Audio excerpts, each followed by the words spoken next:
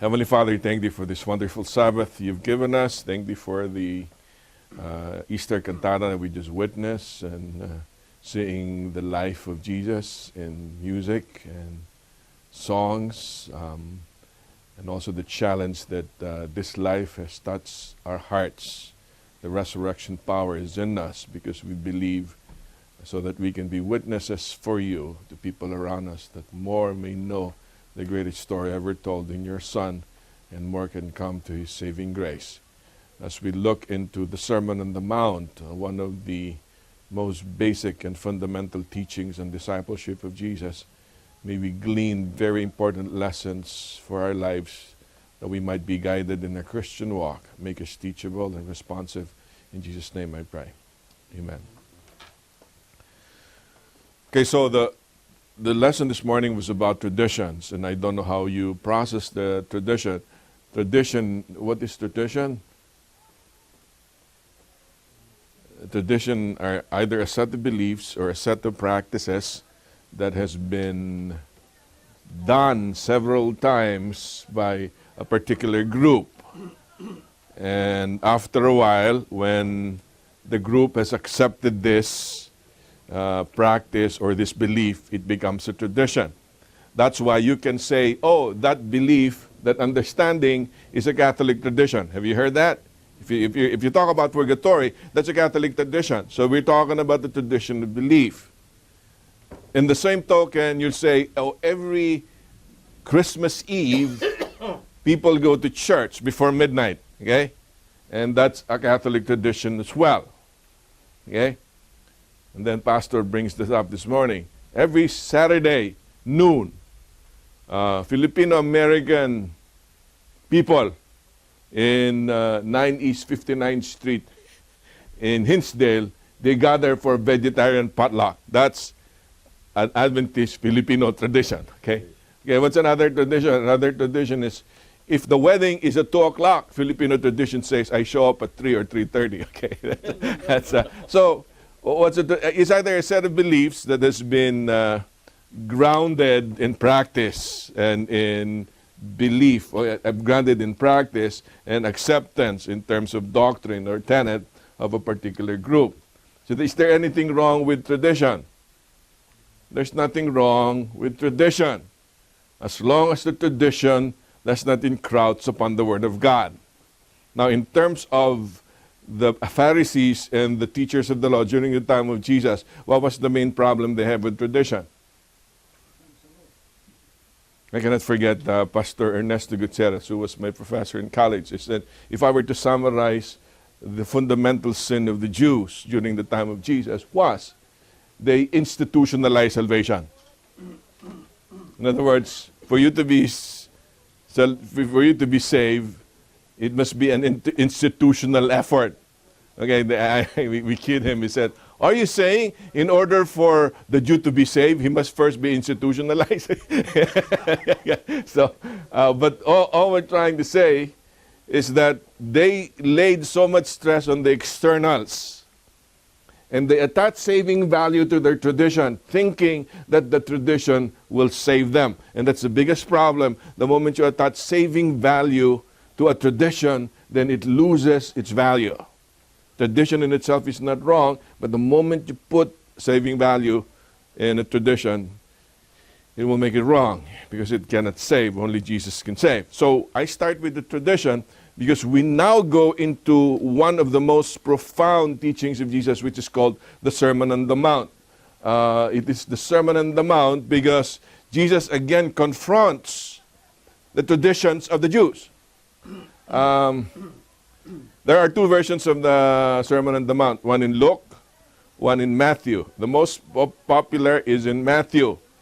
They say that in Matthew it's called Sermon on the Mount because Jesus was preaching on the Mount of Olives. That's why he was preaching his Sermon on the Mount. The one in Luke intimates that he was preaching in the valley on the plain. So in Luke it says Sermon on the plain. It doesn't matter.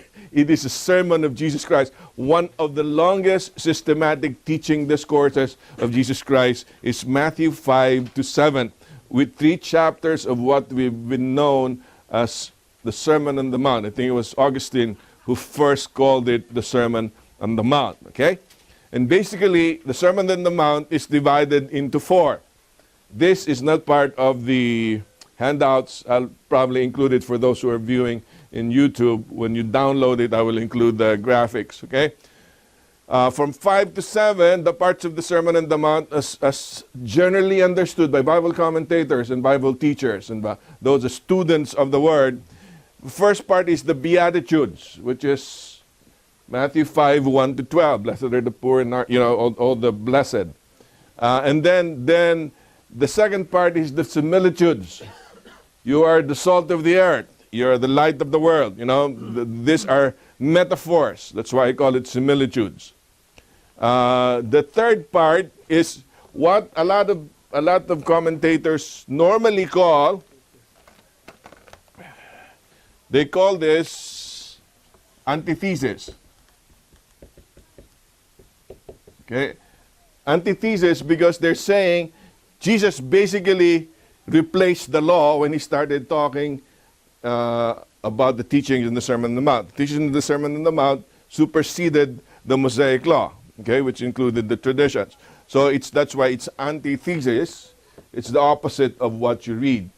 I do not believe that because Jesus in Matthew 5:17 says, I did not come to destroy the law but to fulfill. So the better word we normally use is he did not destroy it, he magnified it. Okay? So of course, I don't have an alliteration, I want to go to a rhyme. So when you magnify, it is what we call amplitude. Okay? So from similitudes, you have amplitudes from 5:27 to 28. And then other commentators basically calls the last part imperatives or commands. Judge not that you be not judged, right? It tells this at the back end of the Sermon on the Mount. There's a lot of things that you need to do. It says, judge not that you be not judged. There are keep asking, knocking, and what else? By your fruits you shall know them. That be discerning. And remember, this is where the passage says, we always talk about this, people will come to me in the last days, they will tell Jesus, we have cast out demons in your name, we have done good things. What was the answer of Jesus?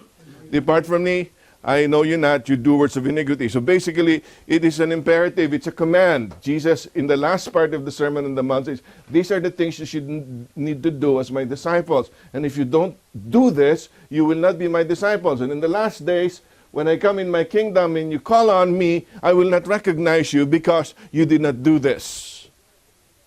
Okay, remember, then people will say, listen to him. Now he's being very legalistic, the typical Adventist. No, Jesus is not telling you to do this in order to be saved. Jesus is telling you to do this because you are his disciples. You got to understand, the Sermon on the Mount was given not really for a general crowd. This was special instructions to his disciples. I hope you get that. People imagine the Sermon on the Mount, Jesus sitting on the rock, and all the people listening. No, the sermon, these 3 chapters were meant as special instructions for his disciples, the chosen 12 of his. Okay, some people obviously listen to, but this is the outline of the Sermon on the Mount, the Beatitudes, the similitudes. I call it the amplitudes and the servitudes. The lesson, if you read the introduction, the lesson for this coming Sabbath concentrates on number 3, the antithesis. You see, when Jesus said, you have heard it said, thou shalt not kill, but I tell you, you have heard thou shalt not commit adultery, but I tell you. And then it talks about divorce, about making vows, and about vengeance. Okay? He starts doing a lot of contrast. This is the study for this coming week. Okay, although we will emphasize that, I would like to be able to look into all the points of the Sermon on the Mount from this context so that we can understand exactly what Jesus was trying to say. The danger of just extricating part of Sermon on the Mount is you might start teaching it out of context and it will not be the right thought and meaning that Christ had in mind when he said it. Okay? So what is my proposal? My proposal is look at the chiasm. Remember what the chiasm is? We talk about this when we were studying the sanctuary.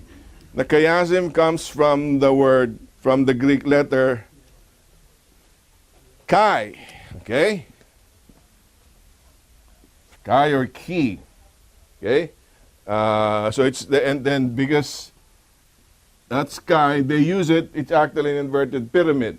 Okay, and in order for you to understand it, this is what they do. Let's just review what the chiasm is. When you write an English article today, even when you write the letter, what do? You start with an introduction. Then what happens after the introduction? You have the body. Then after the body, you have a conclusion, right? Whether it's a term paper, a thesis, even a dissertation, whether you write a book, you normally have an intro. Even if it's a flashback, there's an intro, there is a body, and there's a conclusion. That's the way we do English rhetoric, okay, or English composition. Among the Jews, they do not follow the pattern. For the Jews, they follow a chiasm, which can be, I start with point A, which I will repeat at the back end. Okay, I will call it A1. And then I will go to another point, which is point B. I will repeat it again in B1. And then I will have a third point, and this can be 10, this can be 12, it doesn't matter. But what is the key? This is the most important part. The center of the chiasm is the most important in Jewish construction, literary construction. In other words, this is not A1, is not the conclusion. A1 is only an elaboration or a parallel of A. And B1 is for B. But C, meanwhile, is the apex. It's the very center, the focus of the chiasm. Okay? I said that because when you look at the chiasm of the Sermon on the Mount, then you will understand what the focus of Jesus is. This is amazing. While I was reading this and while I was putting this together, this will help students understand what Jesus was driving at when he did that. So the chiasm and the Sermon on the Mount, you have the passages there, okay? The first is blessings on practicing righteousness. I told you that the key text is found in Matthew 5:20. And somebody read Matthew 5:20. That unless your righteousness exceeds the righteousness of the scribes and Pharisees, you will by no means enter the kingdom of heaven. Wow. What is Jesus saying? Unless your righteousness exceeds the righteousness of whom? The scribes and Pharisees. If you were to think of the most religious and the most righteous group of people during the time of Jesus Christ, who would they be? The scribes and the Pharisees. They followed the letter of the law. We talked about the 613 laws of the Jews. We talked about the Mosaic law. We talked about the Jewish tradition. They were sticklers to all of these stipulations in the Old Testament. But Jesus comes around in the Sermon on the Mount. He's saying, unless you exceed the righteousness of these folks, you cannot enter the kingdom of heaven. That's a very bold statement. I hope you understand that. I mean, these Pharisees from their Babylonian captivity began to develop 613 laws from the Ten Commandments so that they will not lose their traditions as a people. And you know what they eventually did? They externalized the law and they followed the letter of the law. They didn't follow the spirit of the law and the heart of the law. That's why if you follow this morning in the studies in Matthew 15, what did Jesus say in Matthew 15? These people worship me with their lips, but their hearts are far from me. It is possible for you to go to church. I was talking to Jason Goliath during the potluck today. And I said, hey, I was talking to Grace, Jason. And Grace said the time wasn't enough. I wanted to stay in South Africa some more. Because they enjoyed their stay in South Africa. Oh yes, I said, I met a guy from South Africa when there was, remember the General Conference in St. Louis? Most of us went there.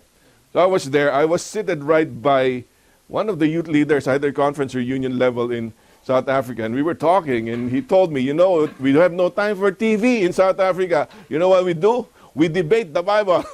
That's what they do. They talk about the Bible there. They have no time for TV.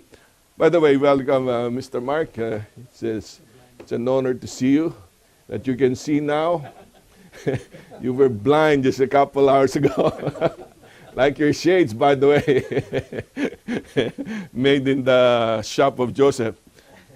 Anyways, so where was I? Before we look at the blind man. Yeah. So basically, what what Jason was telling me, it's amazing. You know, everybody's so passionate there. I have two groups. There's a group on my mother's side is not Adventist. My father's side is Adventist. So we kind of associated with people, fellowship with those who are Adventists. We also associated with the non-Adventist folk. But he said, every time I go to the Adventist congregation, they were so passionate. They want to read the Bible. They wanted to pray. And then said, Uncle Bing, I know. When you go home to the Philippines, you feel the same way. Yeah, right, Jason. Don't you feel like you're in the middle of Laodicea again? You know why? Because I told him, I was just looking at statistics. They're saying that the problem with America's Christianity, it's nominal Christianity. And over 60% of Americans are professing Christians, but they're not practicing Christians. Are you following that? You know what they mean, not practicing Christian? It's so commonplace. That's why we were talking about this during our lesson study this morning. Because the question of pastor was, is it wrong to have an Adventist vegetarian potluck every weekend in Fil-Am? Is it the wrong tradition to do that? Well, it's a good practice.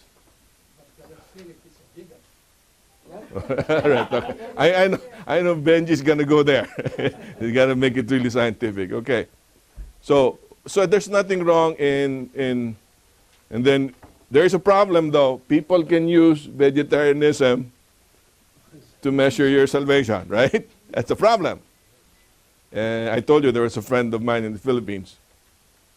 I still consider him a friend who gave me a hard time before I even go there. Started spreading the news that this Pastor Bing is going to the Philippines and he still has some challenges with flesh diet. Okay, it turns out we went out to a restaurant. You know, I still can't eat chicken and red meat. My head will ache. My what do you call this? My metabolic profile cannot take it. But man, come on, fish. I go to the Philippines, I cannot eat fish. That's too much, okay? So I ordered bangus, you know.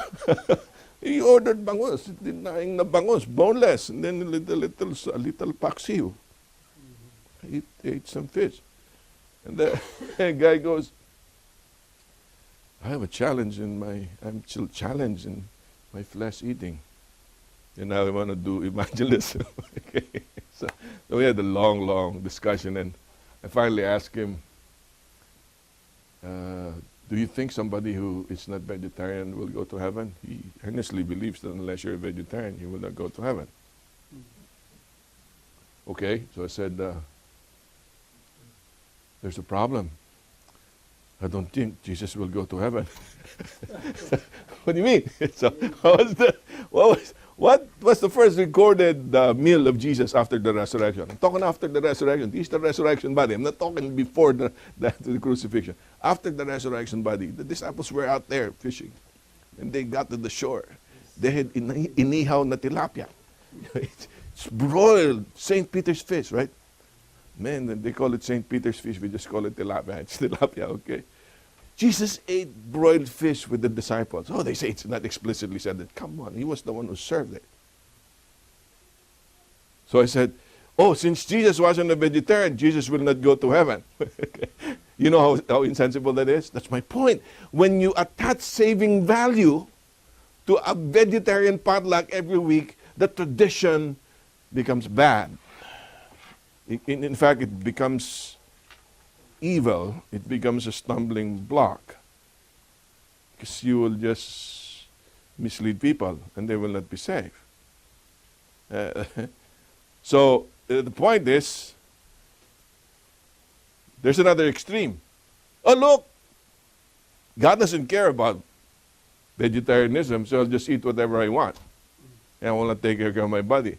I will chow down all the sugar I want and all the fat that I want. Eat French fries, go to McDonald's 3 times a day. You'll probably be dead in a month, right? You know that.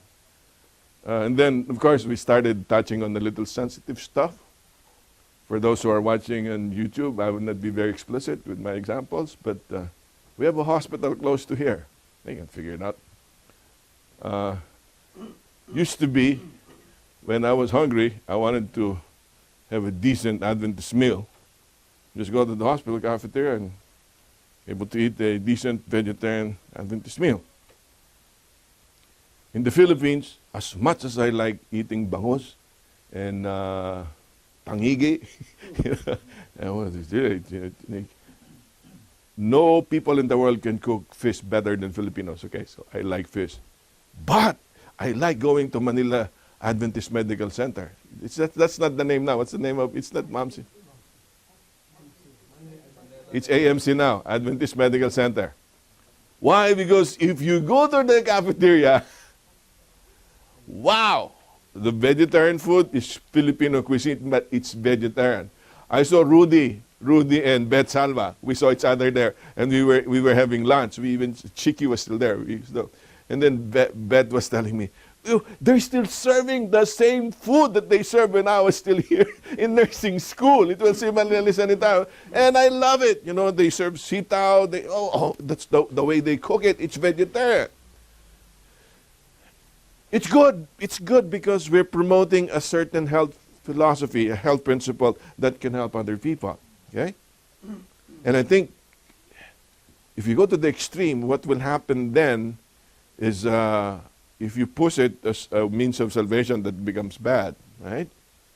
But if you go to the other extreme that say, I really don't care, you can serve anything, right? So I go to the hospital now here,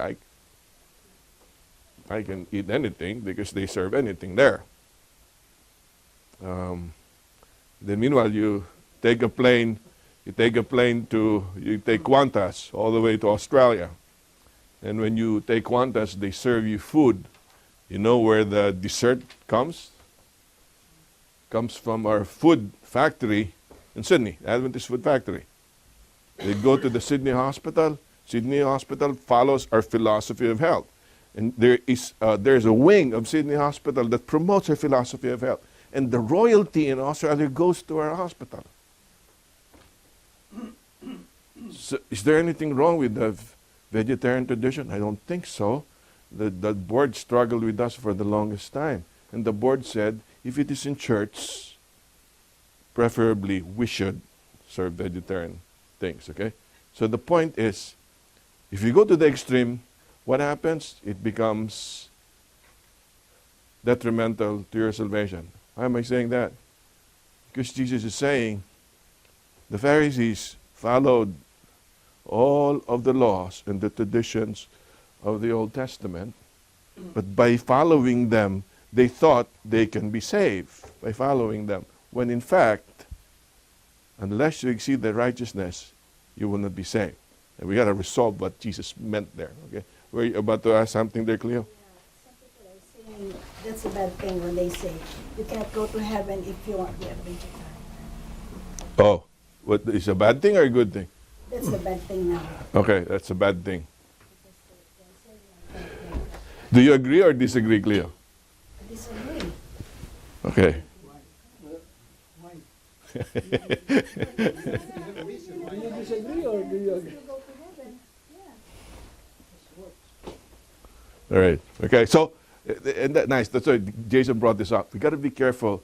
We have to have a balance. Okay. You are not saved by anything that you do. That's including vegetarianism. Is that clear? Okay. Neither are you saved by not missing any Sabbath services. Okay. You are saved by faith in Jesus Christ. Okay. But do not use that faith as a license to do everything. You know what I'm trying to say? That doesn't mean because I'm not saved through vegetarianism and healthful living, that doesn't mean I should not care about my health.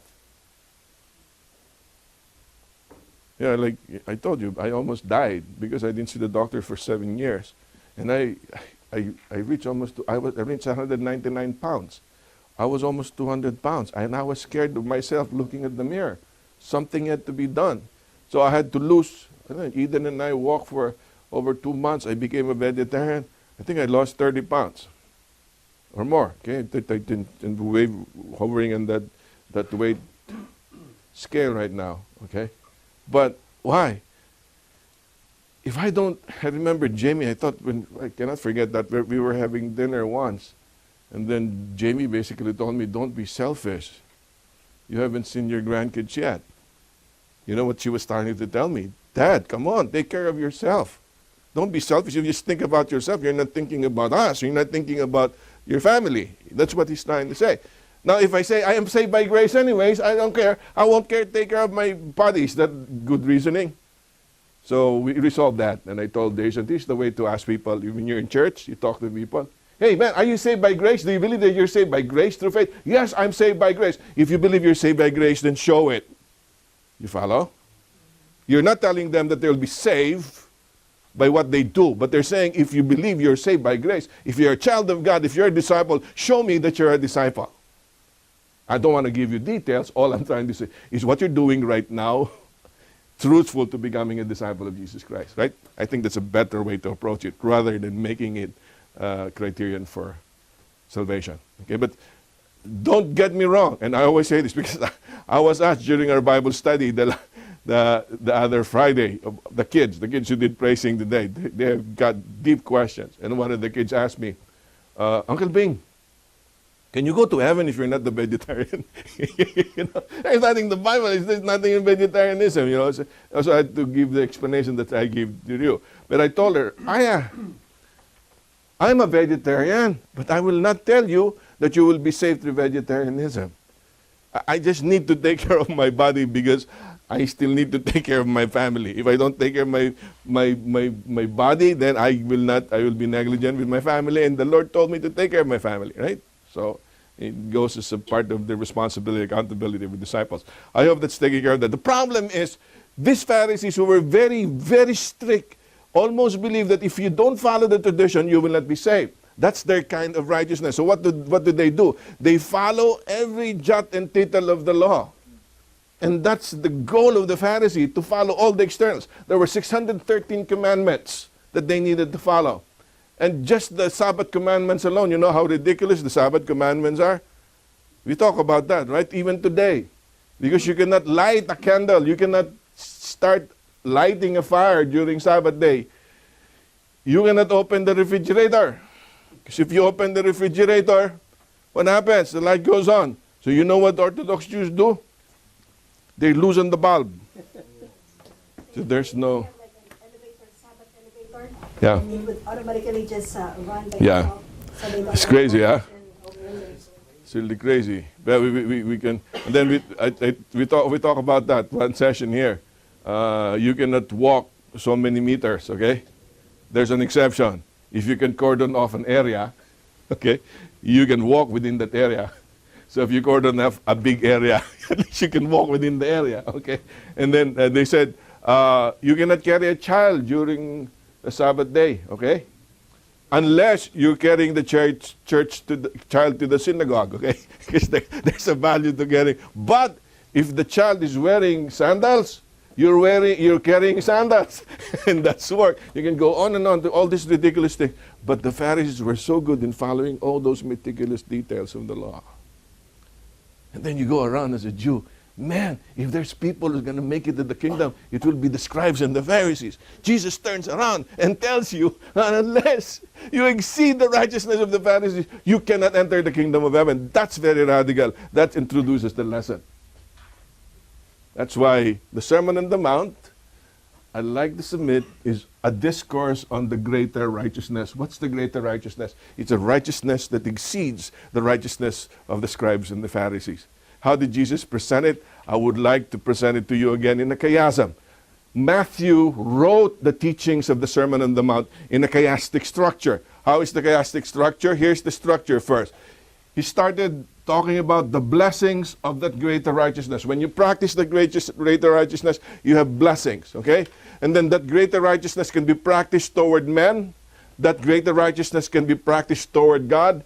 That greater righteousness can be practiced in your inner life, in the areas of life. And that greater righteousness, there's commands in practicing the greater righteousness. That's laid out here, okay? And before we continue, I'd like you to look at the right. Okay, this is part of the handout. This will help us understand what Jesus was trying to convey in the Sermon on the Mount. Because Jesus is an expert mind reader. He's an expert teacher. He's the master teacher. And what he does is he tries to address the entire person. I forgot the website of this, but this was taken from Luke 2:52. What does Luke 2:52 say? And Jesus increased in wisdom and in stature, in favor with God and man. And then this is actually what happened. Jesus knows, okay, it was his life to know God. It was his life to own the values that God gave him. And it was also his life to make known what God has given him. You know, this is know, own, and known. Okay? I like you have that in the handouts, right? You have that, the back end. You like, look at the arrows? So you can remember, when you know God, the arrow is Godward or towards, it's a vertical arrow pointing to God. And what does it cover? It covers lordship and discipleship. When you talk about your relationship to God, it talks about how you are a disciple of your Lord who happens to be Jesus Christ. And when you talk about own means inward. What's the meaning of inward? Your character, your discernment. You gotta develop your character and your discernment. That's part of the sanctification process. So where are the arrows pointing? You see that? The arrows are pointing inward. Okay, there's an inward direction. And then the last one is pointing outside because it is manward. This is what you do in your relationship to your neighbor. What is involved here? Then you start developing relationships. You got to exert the right influence to other people so that people might be in the kingdom as well. Okay? So this is what we'll try to, as we look into the chiasm of the Sermon on the Mount, we will try to apply this know, own, and known. Okay? And that's why it says in Jesus grew right there. And you will see how it comes into play. Okay? Very quickly, when we talk about the blessings on practicing this greater righteousness, it starts with the Beatitudes. What's the meaning of the Beatitudes? What is a Beatitude? Beatitude is blessing. There's another word for blessed. What's the meaning? There's another word for blessed. If you look at modern translation, the translation is happy. That's why when you hear sermons from pastor talks about the secret of happiness, if there's a sermon series, what do they normally use as a passage? They use Matthew 5 because it's the Beatitudes. So help me out. What are the Beatitudes? Yeah, let's go to Matthew 5.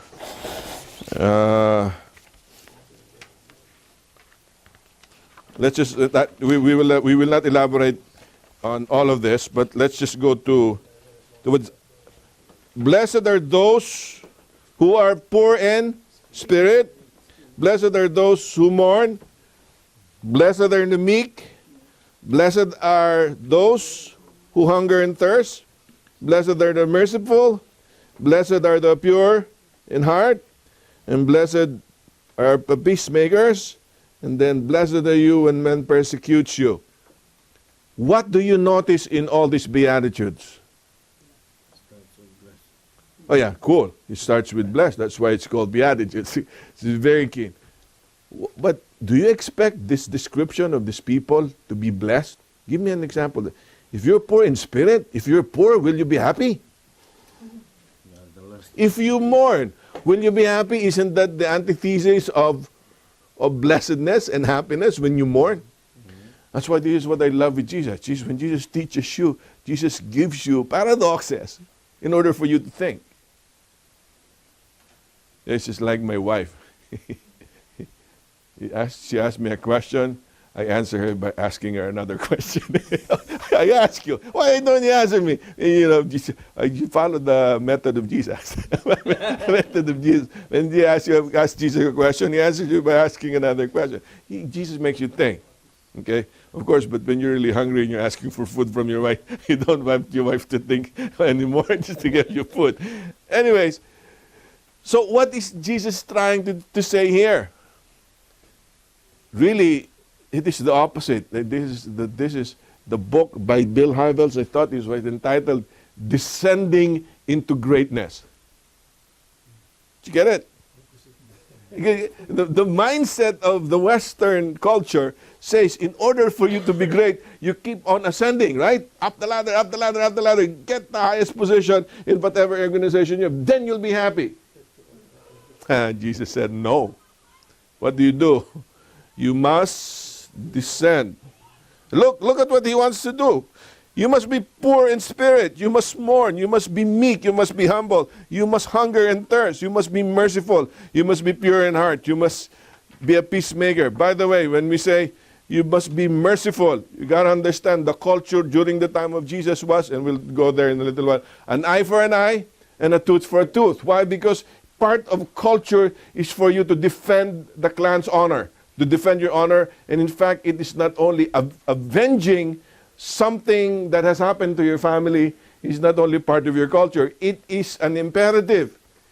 It is a demand of your culture to defend the honor of your family. That's what say. And Jesus turns around, no. You must be merciful in order to be happy.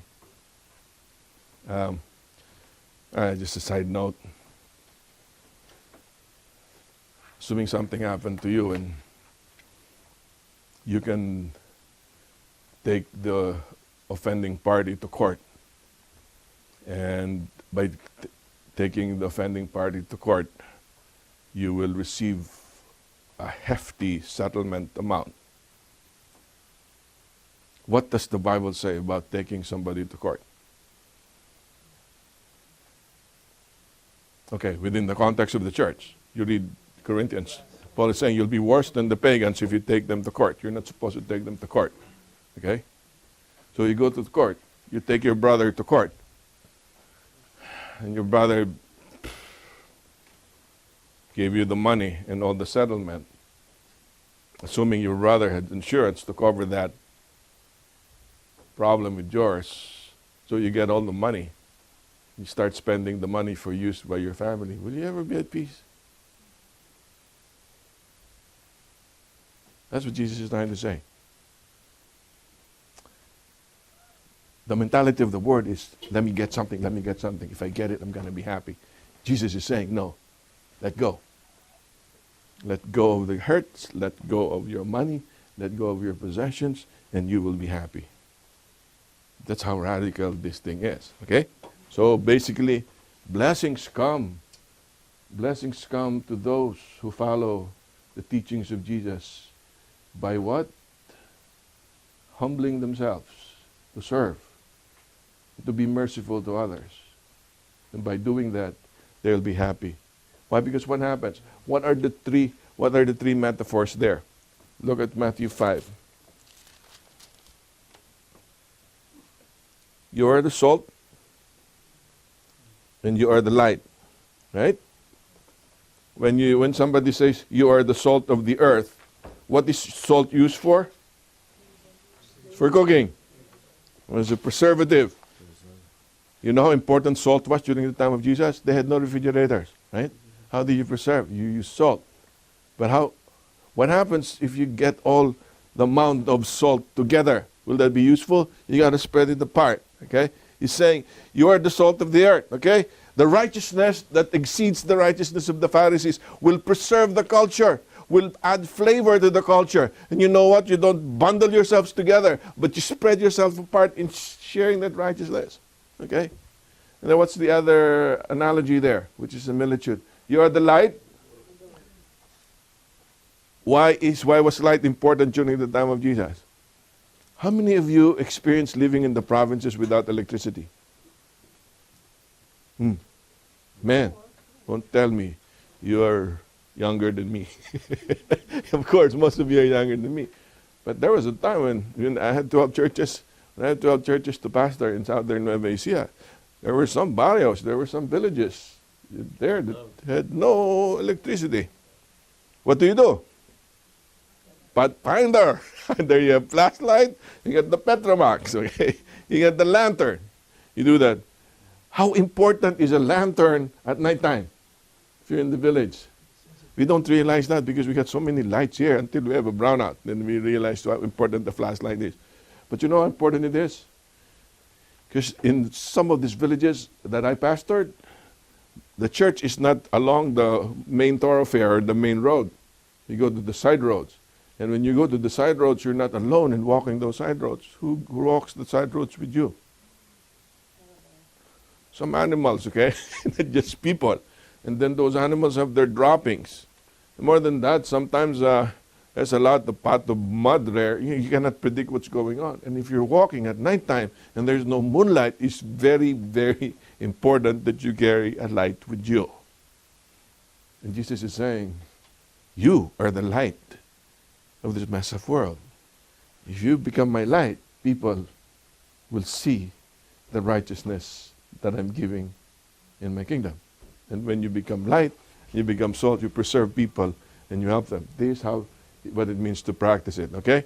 And what happens? By doing it, you become blessed, and those people who are watching you become blessed themselves. Okay, now we go towards men. I'm going to read Matthew 5:17.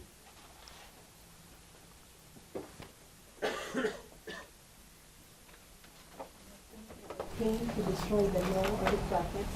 I did not come to destroy but to fulfill. Okay. I like the donation of Cleo, the companion book. There are 2 M's and there are 2 V's. Okay? The M's is we talk about murder, and then we talk about marriage, and then we talk about vows, and we talk about vengeance. All right? That ought to make you remember it easy. 2 M's and 2 V's. So Jesus, let's see if it's antithetical. Is it an antithesis or is it an amplification or a magnification of what the law is? What does Jesus say? You have heard it said, you shall not commit murder. Okay? Somebody read that. Somebody read verse 22 of chapter 5. But I say unto you, that whosoever, 25, Yes, that's right. That's right. That's right. is angry with his brother without a cause shall be in danger of the judgment. And whosoever shall say in his brother, Raka, shall be in danger of the council. And whosoever shall say, Thou fool, shall be in danger of hell. Wow. Wow. What does it say here? You don't need to kill somebody to be a murderer. He said, that's why they call it antithetical. It's an antithesis. Why? Because Jesus says, you have heard it said, thou shalt not kill, or thou shalt not murder. And then what's the conjunction? But I tell you, whosoever gets angry with this brother is guilty of murder. Okay, without the cause. Some people get angry with no cause at all. Okay, so there's a problem there. Okay, road rage. Who can do that? All right, yeah. See, Chris is asking the conclusion now. Okay, I will go there in the conclusion. I'll tell you, the more you read this, the more difficult it becomes. And Cass is not here. I wish Cass shows up again, because Cass will blurt out. What is the common phrase that Cass has learned all the years? It is not difficult. It is impossible, okay? Because if it's impossible, you will ask God for help. Anyways, we'll go back to that. Hold on to the thought, Chris. We're about 30 minutes before we get there, okay? So towards men, he said, it has been said that thou shalt not murder, but I tell you, if you get mad with your brother, you already committed murder. Isn't that true? You do not kill people just right there. You start meditating on killing that person first by getting mad at people, right? So what's Jesus trying to do here? Was he replacing the commandment? What was Jesus trying to do? He starts to go into the spirit, into the meaning, into the substance of principle of that particular commandment. That commandment is not just thou shalt not murder. That commandment is saying in your heart, you should not hate your brother. Oh boy, then you got to understand now. Does that righteousness exceed the righteousness of the Pharisees? Of course it does. Because although the Pharisees say, look, I never murdered anybody. And then Jesus said, you don't have to murder somebody to kill somebody to be a murderer. All you need to do is get mad. Oh boy, that's why that's the expression of Christ. Man, Jesus has just started. Okay, we only started about 6. Okay, what's the next part? You also have heard it said. Start in verse 27. Somebody read verse 28. But I say to you that whoever looks at a woman to lust for her had already committed adultery with her in his heart.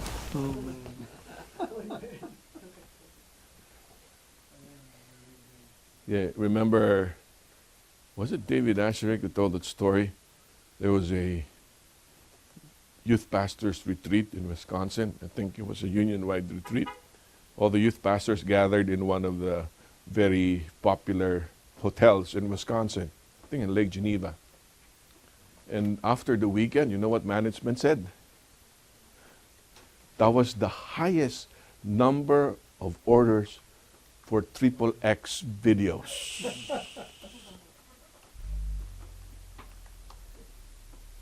Okay, and then Dwight Nelson, in one of his more vulnerable sermons, I think it was a Vespers in Andrews when the kids were still there. We were in Andrews, so we stuck around and listened to the sermon of Pastor Dwight. And Pastor Dwight said, I was at the pastor's retreat and I started rooming with this other pastor. We started becoming vulnerable so we can pray for each other. And this pastor told me, well, I started this. Will you please pray for me? I really need strength and fortitude because of the decisions my son the direction he's trying to take in his life. It's not consistent with my own values. It's the most difficult thing for a worker, right? I hope you understand that. For a worker who, like Billy Graham, he has been evangelizing. And you know where Franklin went? Franklin almost got lost.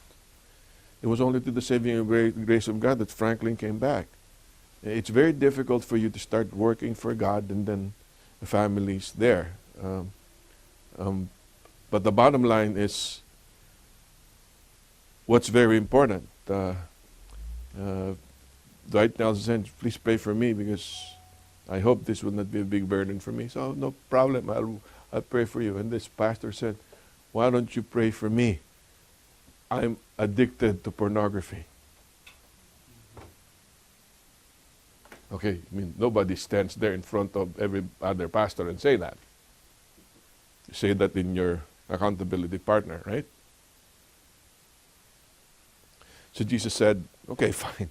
These Pharisees are goody two-shoes. They look very pure. And remember the story in our lesson study this morning? Your disciples do not wash their hands before they eat. They're impure. They're unclean. They were ceremonially unclean. They're into purification. They're after cleansing. Why? Because what is the main beatitude? Blessed are the pure in heart, for they what? For they shall see God. In other words, all the ceremonial laws in the Old Testament was meant for purification. Why? Because only when you are pure and cleansed can you go into the temple and approach the presence of God. And the key to the Jew is to approach the presence of God, right? And if you don't purify yourself, you don't approach. Tell me, what makes you really dirty in the Ten Commandments? It's what my teacher in evangelism told me in college. 7-Up. When a pastor is caught in 7-Up, you know what 7-Up is? What's the 7th commandment? Thou shalt not commit adultery. A lot of people, a lot of the pastors are caught in 7-Up. When they get 7-Up, they ruin their careers, they ruin their families, okay? So Jesus is saying, man, you know, people who don't engage in pornography, they don't engage in all the immorality of the day, those are the Pharisees. But Jesus is saying, you do not have to go after a woman to have adultery. All you need to do is what? Think about it. Just in your thoughts, just in your heart, you shall have committed adultery. Does that exceed the righteousness of the Pharisees? It does. My question is, does it change the law? I hope you follow me. Okay. Does it change the law? It does not. What does it do? It magnifies the principle of the law. Okay? There are 2 parts to the marriage. The first, adultery. The second part is about divorce. Somebody read verses 31 and 32. Furthermore, it has been said, whoever divorces his wife, let him give her a certificate of divorce. But I say to you that whoever divorces his wife for any reason except sexual immorality causes her to commit adultery, and whoever marries a woman who is divorced commits adultery. Wow. You gotta understand, during the time of Jesus, divorce was very rampant. And according to one rabbi, you can issue a certificate of divorce to your wife if you don't like her face anymore. How about the homosexuals? Okay, let's not go there first. Okay, Adrian, this is heavy enough. Okay, let's not go there. The first point is saying the divorce was so rampant. It was so easy to get a divorce. They're saying, one rabbi was saying, if I look at my wife's face and I don't like her face anymore, she's not as pretty as before, I can give her a certificate of divorce. If I don't like the way she cooked my egg during breakfast, it was so easy to file a divorce. Well, you can't blame Moses, because otherwise they'll be guilty of polygamy, right? They'll have multiple wives. There's a problem with the patriarchs. Jacob and all those guys were polygamists. Even Abraham was polygamous. Abraham. Okay, so say, okay, fine. Let's be a monogamous theocracy. But even if you're monogamous theocratically, monogamous, you know what to do? Do not just divorce. What is the only ground for divorce? What does it say there? All right.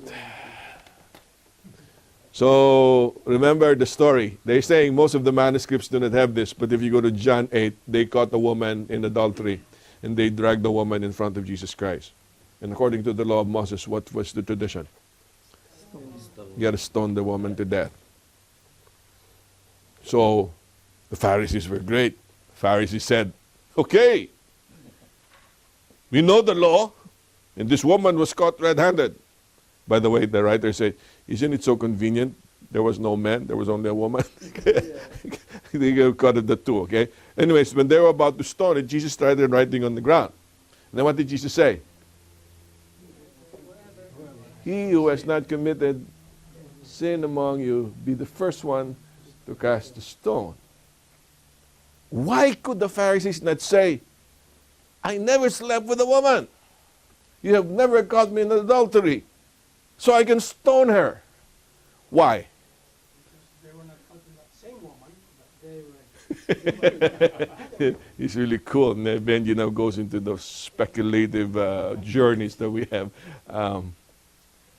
Let me suggest, they're saying that when Jesus wrote on the ground, he was actually writing the sins of those people. And the sins that Jesus was writing was not necessarily external sins. Jesus knew what was in the minds of this very religious Pharisee. I don't have to elaborate on this. That's why they're saying, is the Sunday law about to be proclaimed? The union of church and state with Ukraine and Russia and all this, is the end is about to come. And the Vatican should take over. The way we believe prophecy, it will be coming from that part of the globe. There's only one problem. I don't think the Catholic hierarchy is very popular in the world today, right? Because one of the reparations that the current Pope needs to do is to get rid of the scandalous label that has been attached to the Catholic Church all over the world, right? Those were hidden. They finally got exposed. But Jesus is saying, I don't even need to expose the monkeys in your closet. All I need to do is write what's in your mind. Because when I write what's in your mind, you've already committed adultery in your heart. Okay, then Chris goes, wow, this becomes really very difficult.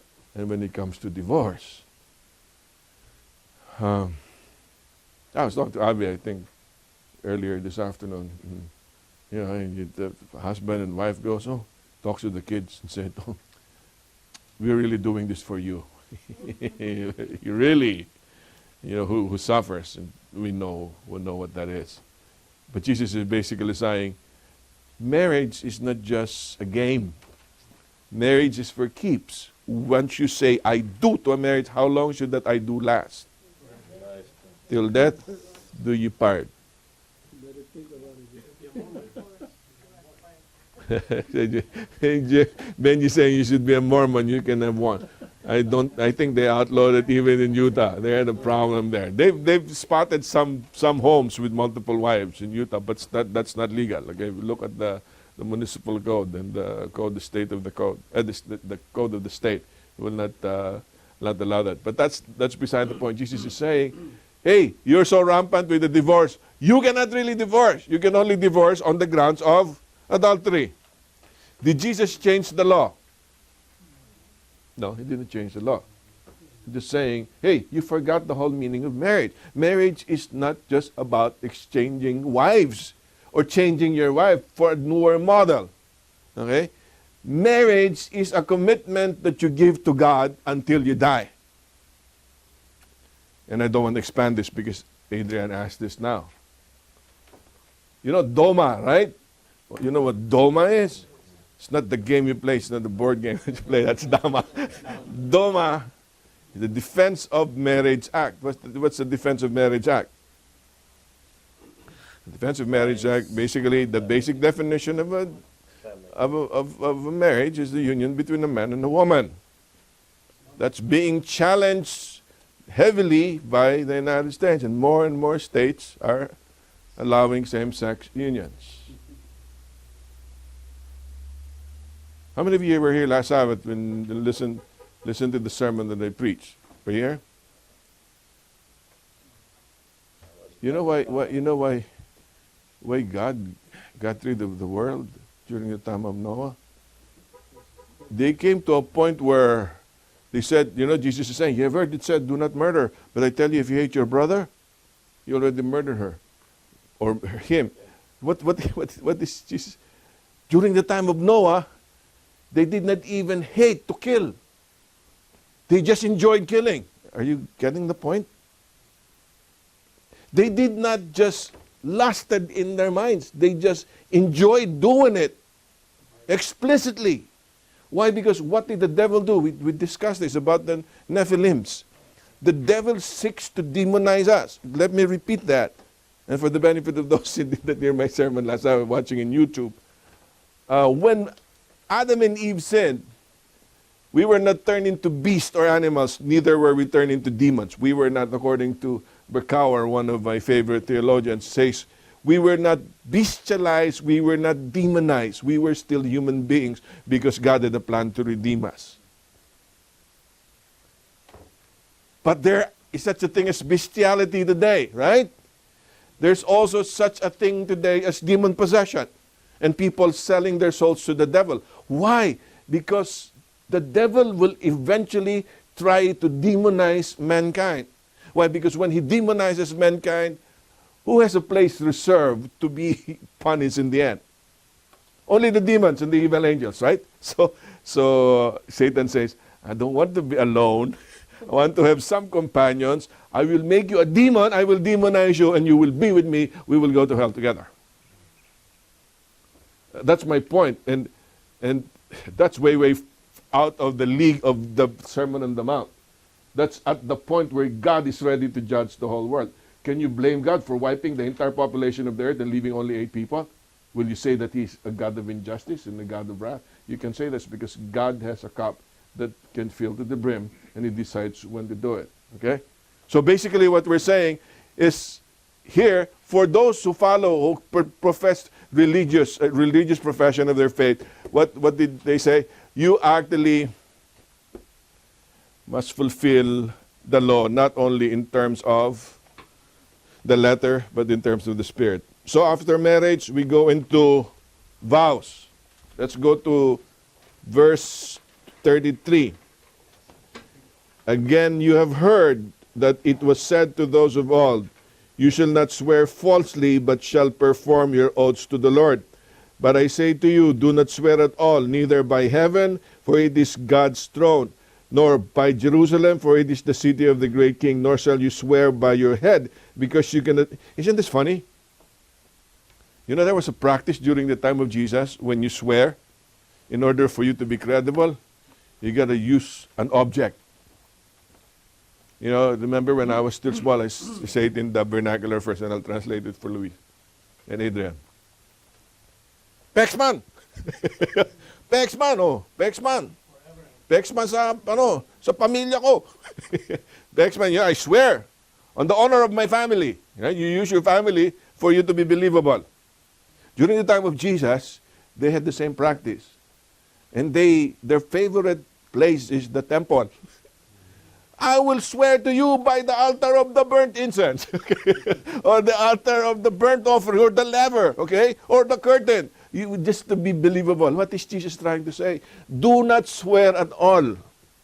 That's why Jesus is saying, let your yea be yea and let your nay be nay. It would be so nice if at the workplace people will tell you, oh, I know that guy. Whenever he says something, he means it. After all, why are you swearing? Because you're not believable, right? Jesus is basically, have integrity, be believable. Let people see that you are my disciple, and my disciple always sticks to his word. That's a vow. So did Jesus change the commandment?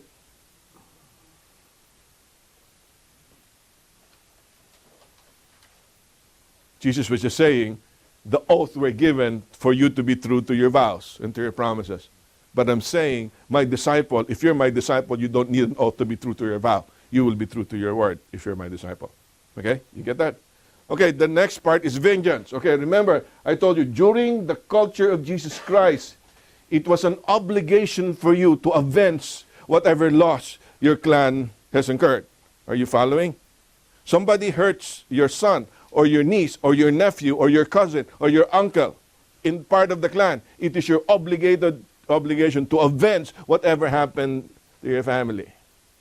What does Jesus say?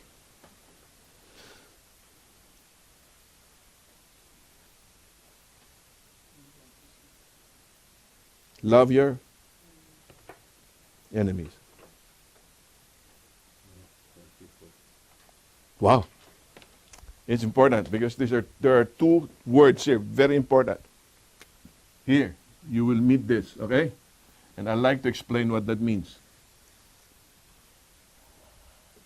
By the way, before we go there, they say, if a Roman soldier tells you to walk a mile, what does it say? You go a second mile, okay? What does that mean? If anyone wants you to sue you, like you say, remember, verse 38 to 39 is about walking a mile. And then it is taken in the context. Within that context, read 40 and 41. If anyone wants to sue you and take away your tunic, let him have your cloak also. And whoever compels you to go 1 mile, go with him too. Give to him who asks you, and from him who wants to borrow from you, do not turn away. What is this trying to say? Do not go to court and settle stuff. Instead, show mercy and show humility. Go the second mile. And then he expounds on what that means. He says, you must love your enemies. If you read the Old Testament, the law has been summarized into two. What are the summary of the law? Remember, we studied in Matthew 22. Thou shalt love the Lord thy God with all your heart, with all your soul, with all your mind, and your neighbor as yourself. Those are the two laws of the Old Testament. Jesus said, unless you exceed the righteousness of the Pharisees and the scribes, you will not enter the kingdom. What is my law? My law is not only to love God and your fellow men. I am telling you to love your enemies. Aha. That's Matthew 5:44. Somebody read Matthew 5:48. Therefore you shall be perfect, just as your Father in heaven is perfect. Wow. Is this perfectionism? You should be perfect. How? Yes. As your Father in heaven is perfect. What do you say? Was Jesus teaching about perfectionism here? Hello, the way it reads talks about perfect. What are you saying? You're mumbling something there, Cleo. Talking about mercy. Father, be merciful, and so we shall be merciful. Okay. Do not separate the context of Matthew 44 to Matthew 5:48. What is Matthew 5:44? Love your enemies. And what does Matthew 5:48 say? Be perfect. The word used for perfect here is not talking about sinless perfection. The word used for perfect here is a word used for mature. Be mature enough.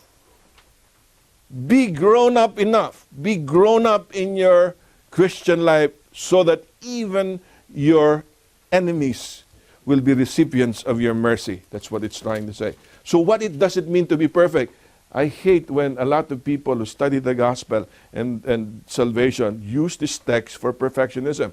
Jesus did not meant it to have sinless perfection. He did not have sinless perfection in mind. What was the perfection of Jesus? He said, if you are my disciple and you want the righteousness exceeding the righteousness of the Pharisees, you will come to a point where you will even love your enemies. And once you get to a point where you can love your enemies, you shall have matured and you will be perfect. Are you following?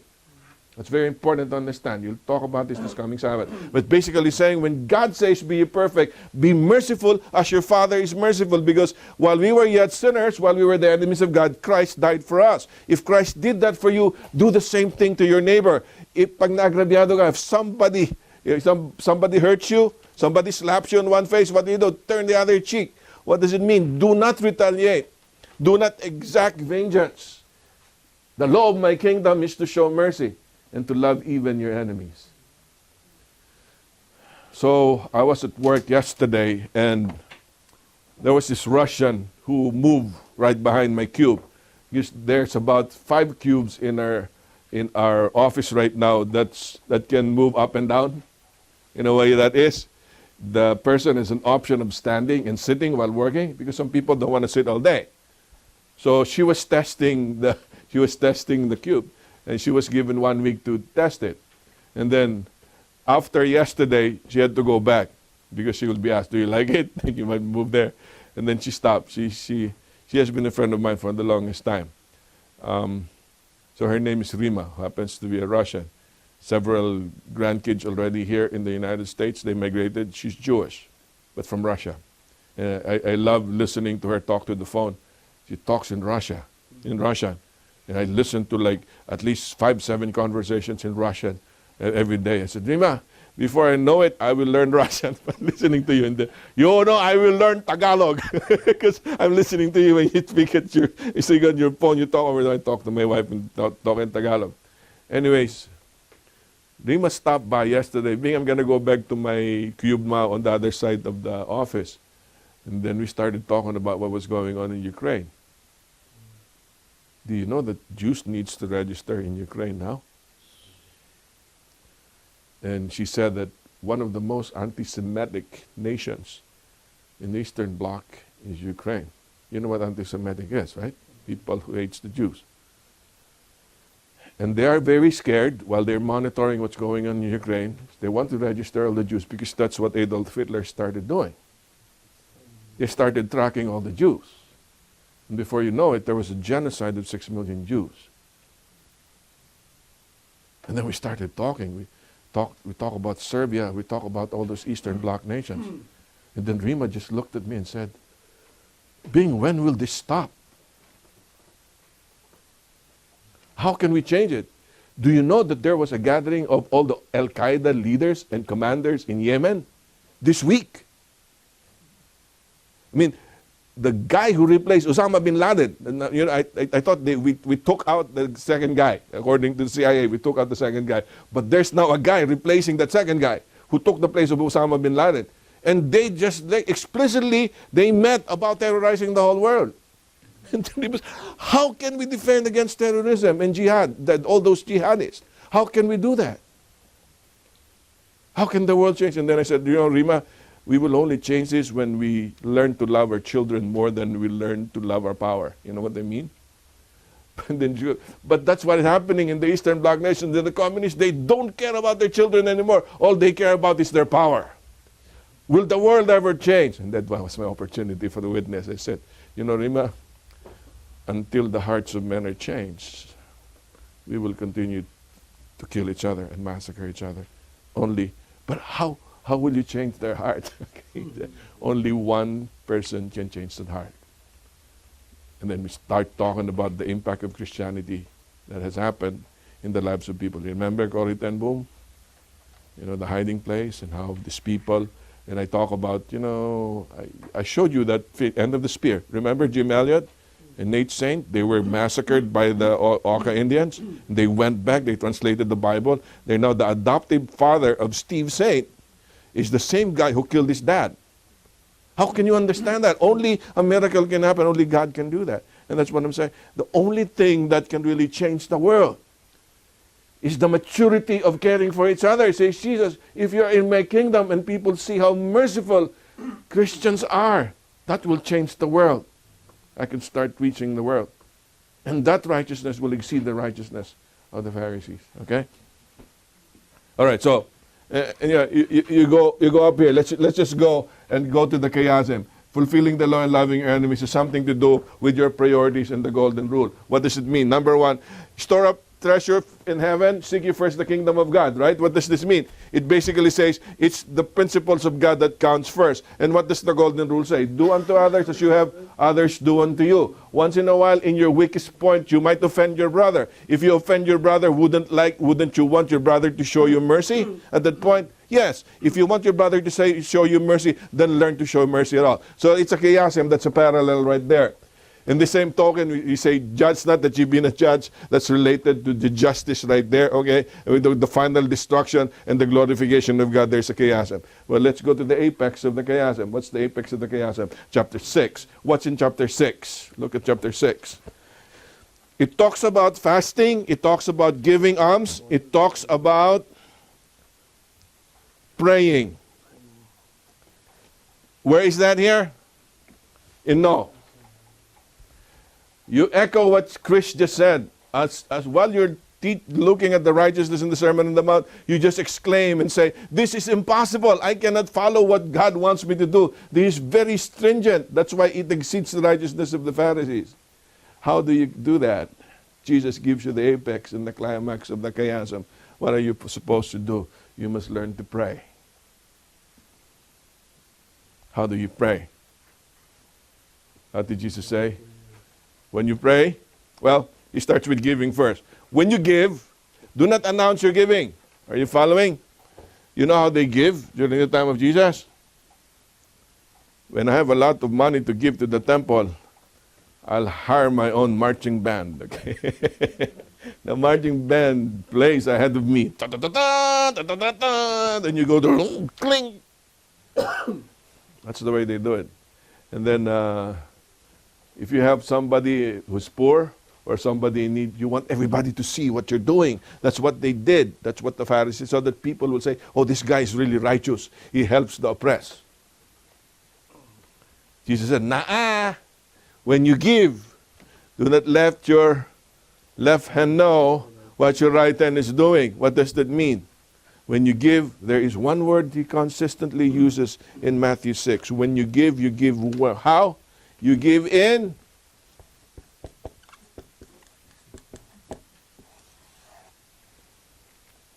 was it Ronald Reagan who said, there are only two kinds of people in the world who do good. There are people who do good and wants to get all the credit. There are people in the world who do good who don't care if they get the credit or not. You say it would be good for you to join the later group because it's more fulfilling. It's more fulfilling to do something without people knowing what you've done. Okay, let's apply that.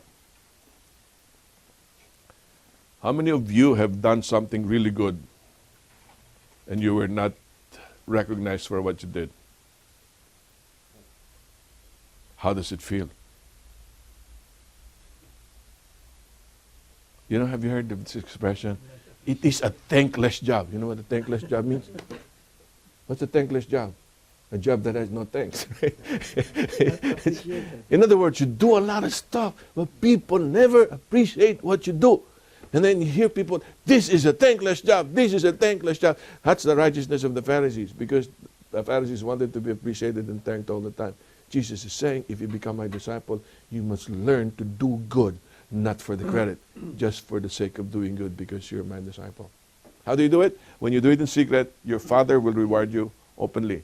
That's giving. The other thing is fasting. What do the Pharisees do in order to fast? Yeah. They put something in their eyes, okay? They put something in their faces so that when they go to see the synagogue and people see them, look at him. He must have been fasting for the last 2 or 3 days. Look how haggard his face. He painted his face. Why do you do that? To impress people that you've been fasting. How many of you have fasted here?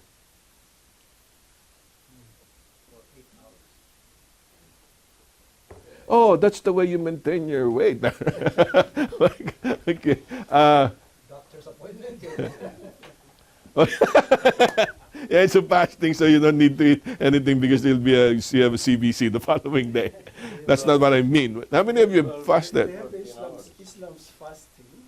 Yeah, the Ramadan. Yeah. Yeah. Yeah, you do. Every Monday. But then it's not really fasting. No, you eat every day. After 12 midnight. I don't think I'll be.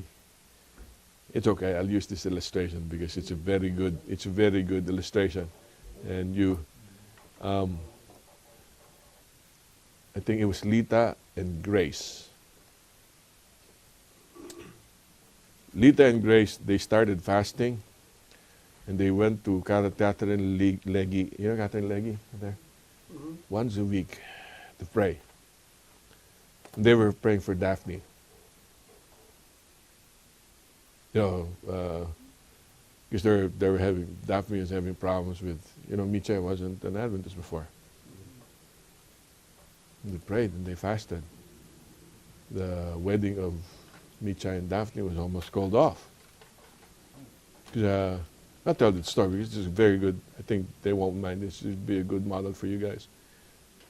So Pastor Botabara was our pastor then. And Pastor Botabara can give you Bible studies regardless of what your background. He visited Michai and he started giving Bible studies to Michai. And Michai started learning the doctrines.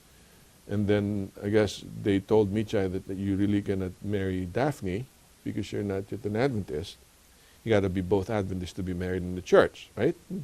That's our tradition, let's just say. But that's a guideline and policy we follow. And Michai had a very, very strong argument. Michai said, I don't want to be baptized just because I want to get married to Daphne. It's a very lame reason for baptism. Which is true, right? I want to be baptized because I made a decision to follow Jesus Christ. Very laudable. So I made Lita and Grace pray some more. Fast some more. Come to the point, Michai talked to Daphne. Daphne stood her ground. And I'm telling you, she was sustained by the prayers and the fasting of Lita and Grace. Daphne basically said, if you're not getting baptized, I'm not marrying you. She was ready to call off the wedding. Stood her ground. Got married, and Michai is one of our elders today. But that could have not happened unless there was intercession. And fasting was part of the intercession.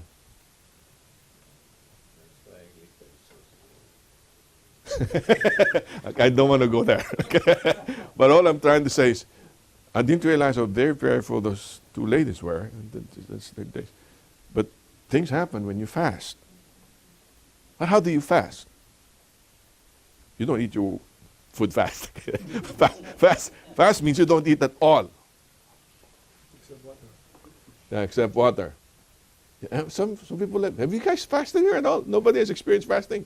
Yes, You did. You can, not everyone can do it. when Yeah. we fast, we don't drink water. In the Philippines, we used to fast because we just had nothing to eat. So that's fasting. No. Forced fasting. Fasting is not, Jesus is saying, fasting is not about you depriving yourself. That becomes asceticism. That is not fasting anymore. The whole purpose why you fast is what? All right, that's the very nice scientific explanation. Okay. Well, what's the purpose of fasting? Why do you fast?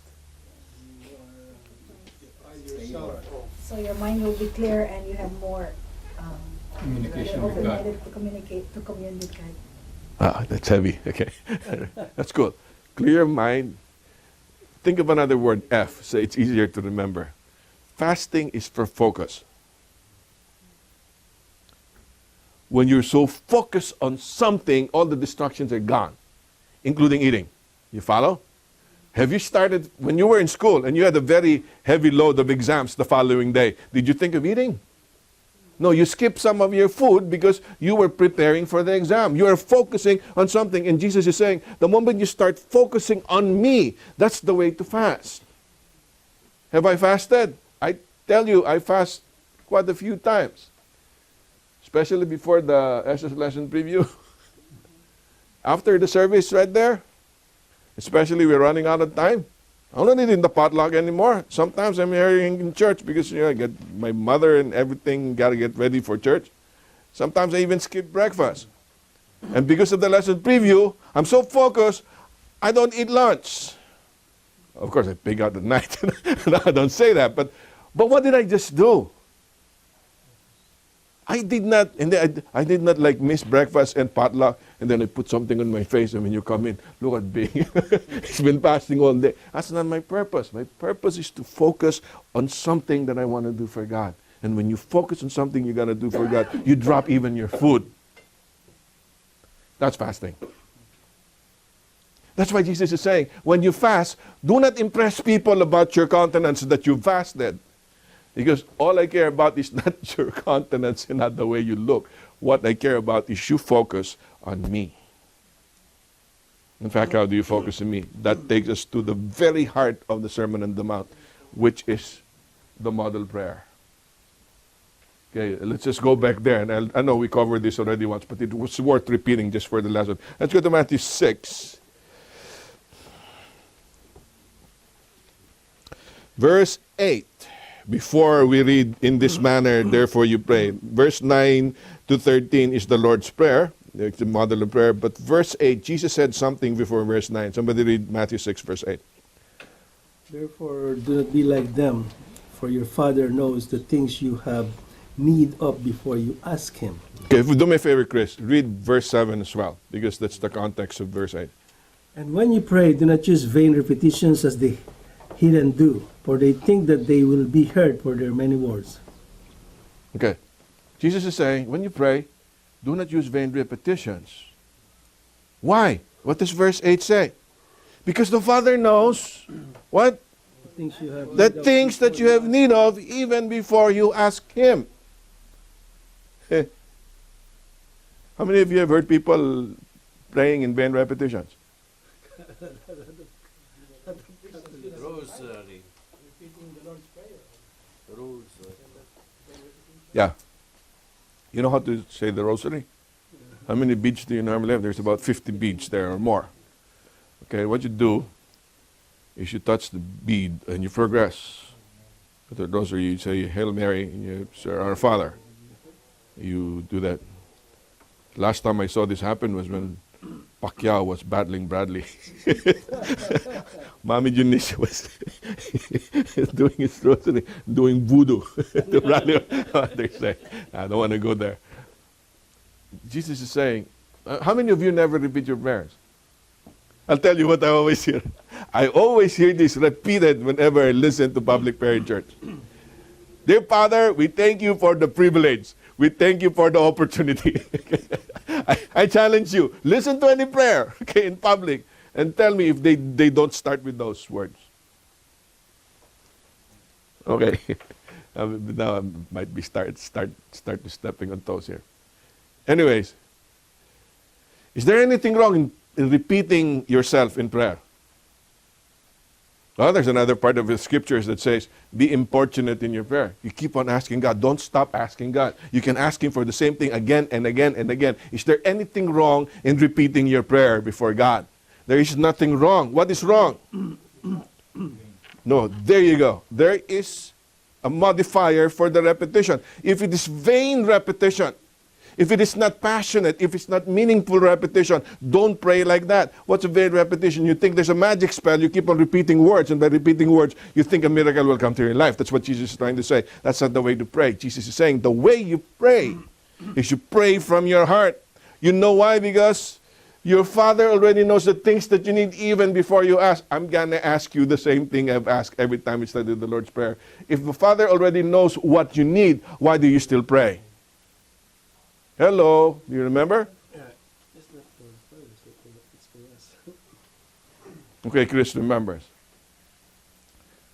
And I'm glad I went to Macau to have a week of prayer there, because a lot of the students asked me the same question because they've been praying to God. And they asked me the question, doesn't God know everything that you want and you need? Why in the world do you still need to ask Him? Okay, so I went to the text. I said, let's read the text again. I talked to the students and said, what does the text say? Your Father knows ahead of time. He already knows what you need. Therefore, pray this. Okay, so let's process that. Does your Father know? Yes. Do you know? No. Okay, can I try to retranslate the Lord's Prayer and introduce it the way Jesus said it? Your Father knows what you need even before you ask. Therefore, pray that you might know what your Father knows, because you don't know. You follow? And I'm going to mention his name. Jem is Manolet's son, okay, Stacy's cousin. One of the things that we emphasize in our Bible study group is not only doctrines. I teach the kids how to have a devotional life. You know what that means? You spend time in prayer. And the way they do it, it's interesting. I didn't start this, and I think it was very good for a small group. They have ratings. You know, we rate each other at the end of our Bible study on a scale of 1 to 10. What score were you this week? You know, did you have experiences with God? How close were you to God? And say, oh, I'm 5.5 this week. I was 3 last week. This is really nice. And then Jem gave a testimony I think it was 3 Fridays or 4 Fridays ago. He said, oh, I was a 9 last week, but I'm just a 7 now because I forgot to pray. A couple days this week, I started my day without prayer. And he realizes the importance of the prayer. And then that evening, we started studying about prayer. And you know my illustration to him? I might as well repeat this to you. When my kid was still a small boy, you know, Josh was one of my boys. And before the advent of the sophisticated iPad and our cell phones, the computers were big, remember? AT&XT, they were very big, and they were huge monitors.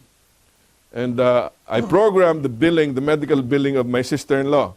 Because they showed I can automate the stuff. So I programmed that in a database software, and I had people enter it on the computer with the impact printer. A favorite pastime of my boys going under the table and turning off the the power supply. Okay? During my time, it was not as sophisticated as Word that takes automatic backups of what you do. I lose all the things that I've keyed in for probably an hour. And you know what my boy does? He climbs up on my lap and sits down on my lap. Can I get mad with the boys? My kid. I tell Joshua, what do you need, boy?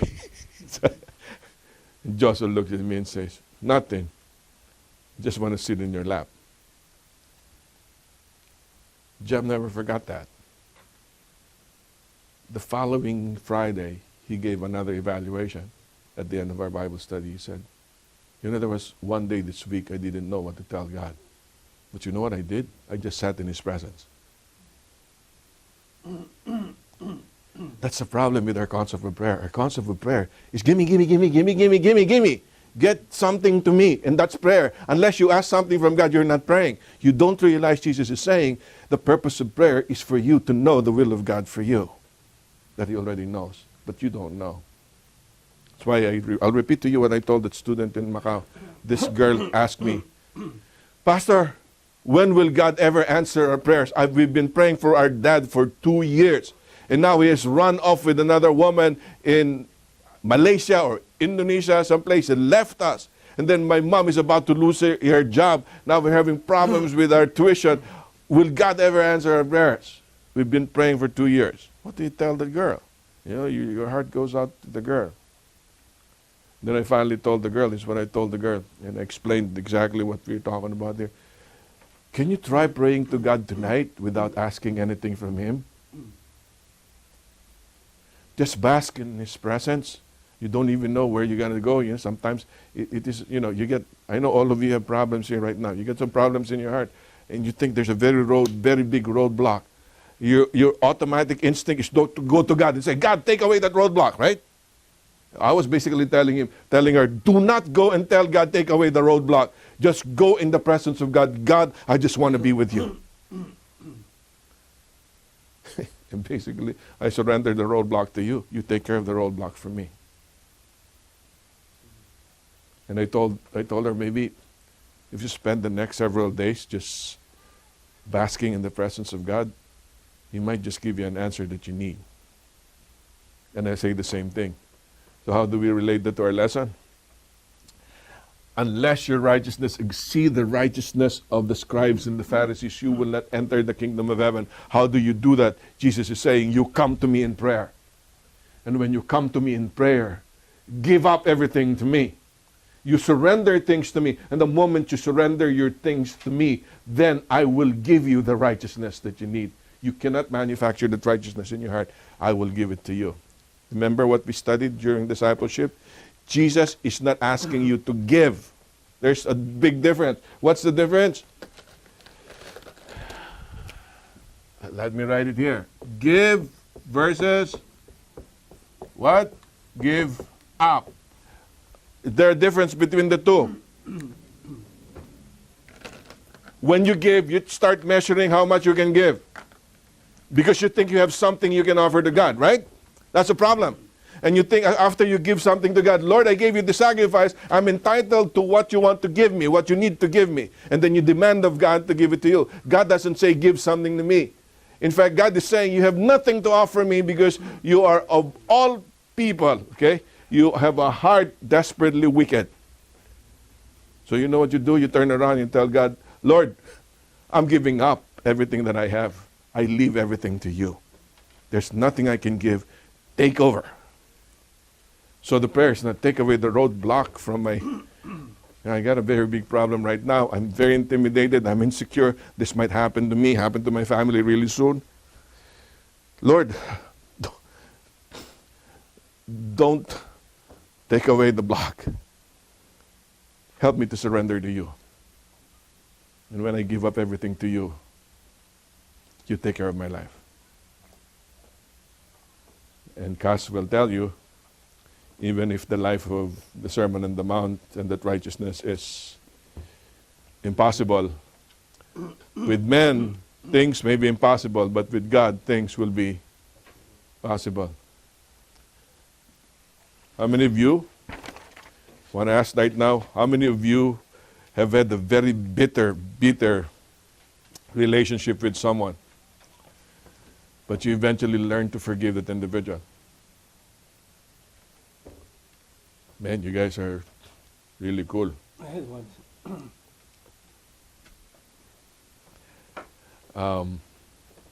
You know the story of Corrie ten Boom, right?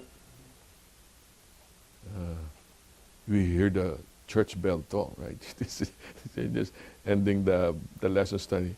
You know the story of Corrie ten Boom, right? Corrie ten Boom was featured in the award-winning play entitled The Hiding Place. What is The Hiding Place? The hiding place is where they hid a lot of the Jews during the Nazi regime so that they won't get killed by the Gestapo. But eventually the ten Booms were captured, and Corrie ten Boom was captured and spent her share of hours and share of time in the concentration camp with her sister. And according to the story, the guards treated them, and abused them throughout their stay. They survived the concentration camp, and most of the Nazi survivors are testifying to the power of God today. They talk all over America, all over the world. And Corrie did that. After surviving the Nazi concentration camp, he started giving her testimony for Jesus Christ. And she had a tour going all over America, sharing her experience. And in one of her tours, a German attended the presentation of Corrie. He wasn't an regular German. You know who this German was? the German was the guard in the concentration camp.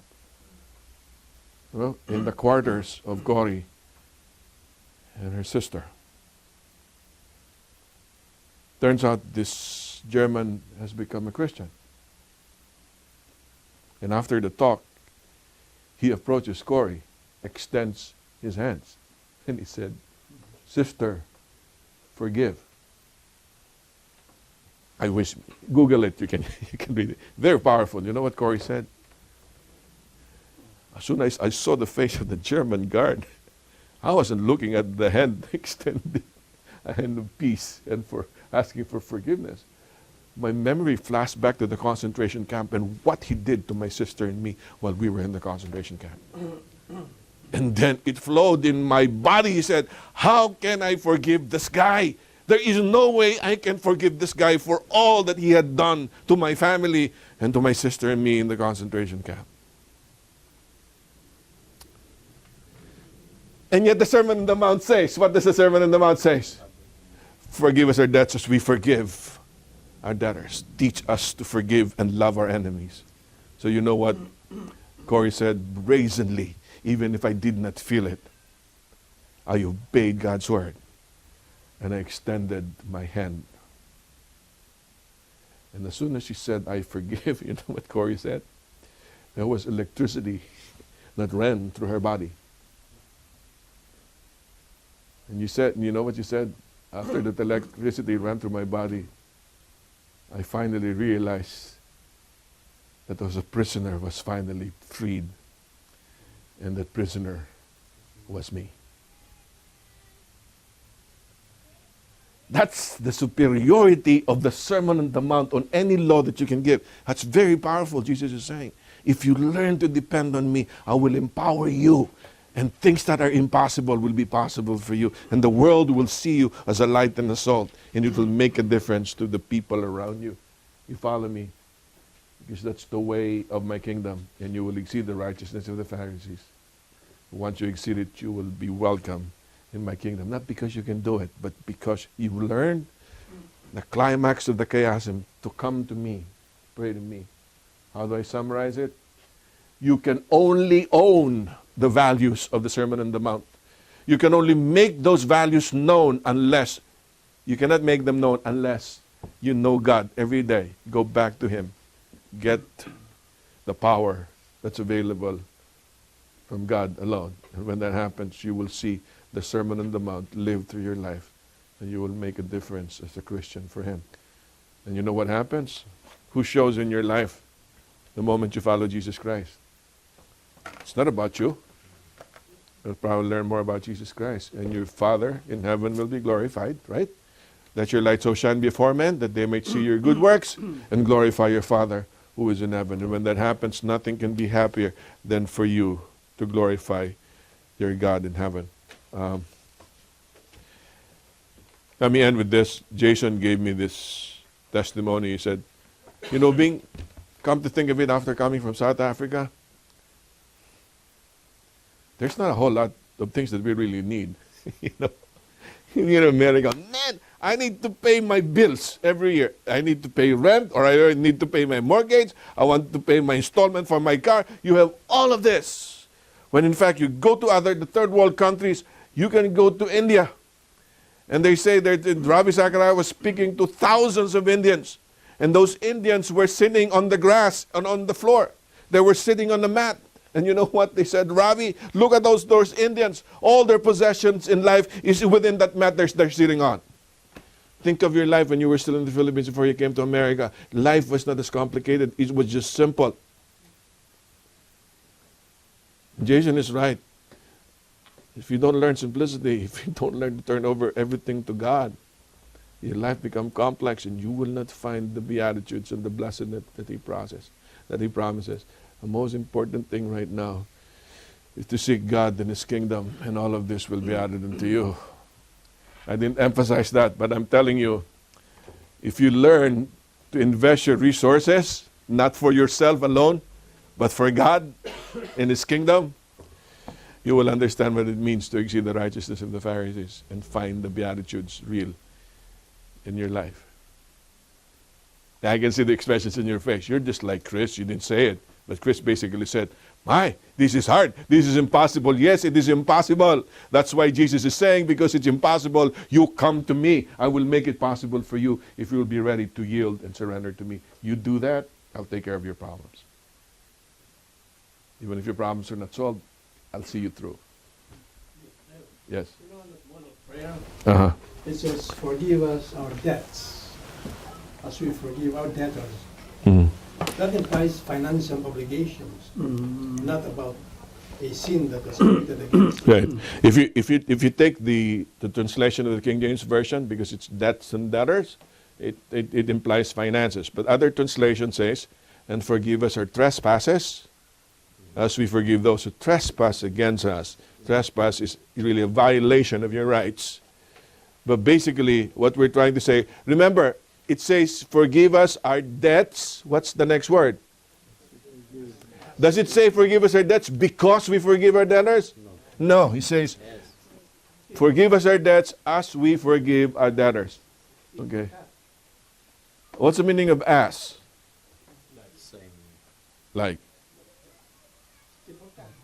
Okay, yes. And there's another meaning for as. Not just like. While, right? And forgive us our debts while we're forgiving our debtors. Who alone made Corrie ten Boom forgive the German? I hope you don't forget that illustration. She didn't do it on her own. Okay, no way. No way. It wasn't time. Because right about the time, time was already healing for her until she saw the German. And right about the time she saw the German, all of those memories came back. Okay. In vengeance, really strong vengeance, to remind her of what happened. That's why she couldn't forgive out of her own will. What did she do? She submitted to God. Then all of a sudden, God creates a miracle for you to make that happen. What am I trying to say? Forgiveness is not possible. As impossible is it to. I'll apply it very, very, very close to home. When the wheels of justice will stop. How many of you will be driving this coming Monday on the highway? And as soon as somebody cuts you, you will practice the Sermon on the Mount. You're smiling because it's very difficult, right? On my way to church today, it's a good thing it was a Sabbath. You kind of polishes your character. I normally, if you're in a hurry, you're a four-way stop. If the guy is a little ahead of me by a split second, I just go ahead. I feel like doing that today. So we were turning on County Line, going to church, and I said, it'd be nice. I let the other guy go. He was a policeman. It was not really marked. You don't see. It was a cop. And it's only 25 miles per hour in County Line, right? From the bridge. So I was driving. That's right. Just following him. It's cool. It's better me following him than him following me. Okay. In the middle of the road, right? Halfway between 47 and 55th, that guy made a U-turn and pulled the car over on the other side. The car was probably just doing about 32 or 35.